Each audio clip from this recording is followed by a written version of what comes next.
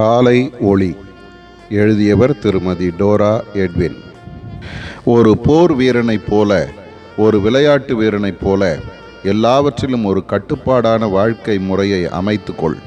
உன் பேச்சு, உன் வார்த்தைகள், உன் ஆடை அலங்காரங்கள், உன் கொடுக்கல் வாங்கல், உன் பணம், நேரம், இவற்றை நீ செலவிடும் விதம், இவை எல்லாவற்றிலும் ஒழுங்கும் கிரமமும் தேவைப்படுகிறது. உன் தெரிந்தெடுப்புகள் என் வசனத்தால் கட்டுப்படுத்தப்பட வேண்டும். தெளிந்த புத்தியுடன் செயல்படு. என்னுடைய ஒவ்வொரு ஆசீர்வாதமும் ஒவ்வொரு கட்டளையை சார்ந்தே இருக்கும். உன் மனம் போல வாழ்ந்து காரியங்களை தவறாக சம்பவிக்கும் போது என்னை குறை கூறுவது தவறானது. ஆகவே மனத்தெளிவுடன் செயல்படு. என் வார்த்தைகளை கேட்டு அவைகளின்படி செய்கிறவன் எவனோ அவன் தன் வீட்டை கன்மலையின் மேல் கட்டின மனுஷனுக்கு ஒப்பிடப்படுவான்.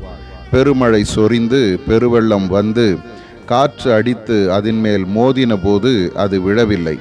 ஆனால் வார்த்தைகளை கேட்டு அதன்படி செய்யாதிருக்கிறவன் எவனோ அவன் தன் வீட்டை மணலின் மேல் கட்டின மனுஷனுக்கு ஒப்பிடப்படுவான். அது அழிந்து போகும். பரிபூர்ணமான கீழ்ப்படிதல் இன்றைய தேவை.